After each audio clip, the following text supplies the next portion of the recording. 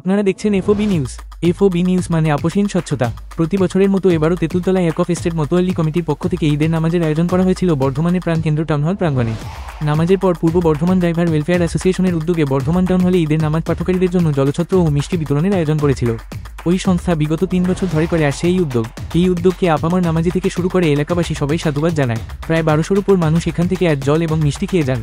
এছাড়াও পূর্ব Bardhaman driver welfare অ্যাসোসিয়েশনের পক্ষ থেকে ভাতার সহ একাধিক এলাকায় এরকম উদ্যোগ গ্রহণ করা হয়েছে।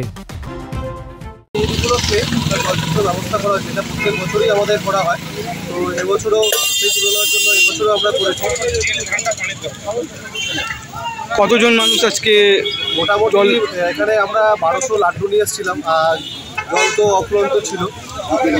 দেখছি যা 1200 লাড্ডু আনার পরও আরও আমাদের এক্সট্রা 400-500 আনতে হয়েছে। তো এবছর যে এত পরিমাণে আমরা লোকের সাপোর্ট পেয়েছি এটা ভাবতে পারি। কত বছর ধরে চলছে এটা? বিগত 3-4 বছর ধরে আমরা চালাচ্ছি। মানুষ তো বছর চলছে। মানুষের সারা কেমন বুঝছেন? মানুষের সারা এবছর মানে গত বছরের তুলনায় এবছর বেটার, আর অনেক বেশি, দ্বিগুণ বলতে পারেন। কখন থেকে শুরু হয়, কখন পর্যন্ত হয়েছে? এটা আমাদের সকাল 8টা থেকে শুরু হয়, মোটামুটি যতক্ষণ ঈদের নামাজ চলে, যখন সবাই বেরোয় ততক্ষণ আমাদের চলে। এবং কিছু যেগুলো বেঁচে যায়, যেগুলো পথ চলতি মানুষ, তাদেরকেও আমরা সেই সেবাটা দিই। আমরা আমাদের প্রতিনিধিরা সমস্ত সব আপামর জনতার সঙ্গে কথাবার্তা বলেছি যারা এখানে এসেছিলেন। এই উদ্যোগটা আপনাদের সংস্থার এই উদ্যোগটাকে সাধুবাদ জানিয়েছেন। কি বলবেন আপনি সংস্থার একজন এটা সদস্য হয়ে?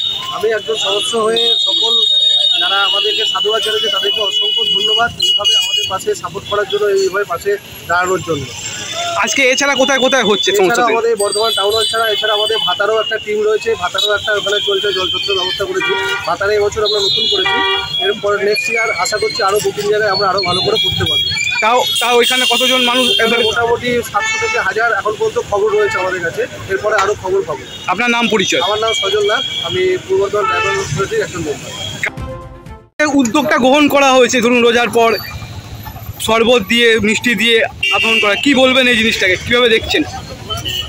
এটাতে আপনার কি বলবো, এটা এখন গরমের ক্ষেত্রে আপনার খুবই ভালো মানুষের জন্য। উদ্যোগটাকে কি বলবেন? উদ্যোগটা যারা নিয়েছে সংস্থাকে কি জানাবেন? এই যে উদ্যোগটা নিয়েছেন যারা, এটা খুবই সুন্দরভাবে নিয়েছেন। এটা পাবলিক বা আমাদের যারা মুসলিম ভাইরা যারা রয়েছেন তাদের জন্য খুবই ভালো। এই যে জলছত্র আয়োজন করা হয়েছে ধরুন সঙ্গে মিষ্টি জল, কি বলবেন, কিভাবে নিচ্ছেন জিনিসটাকে?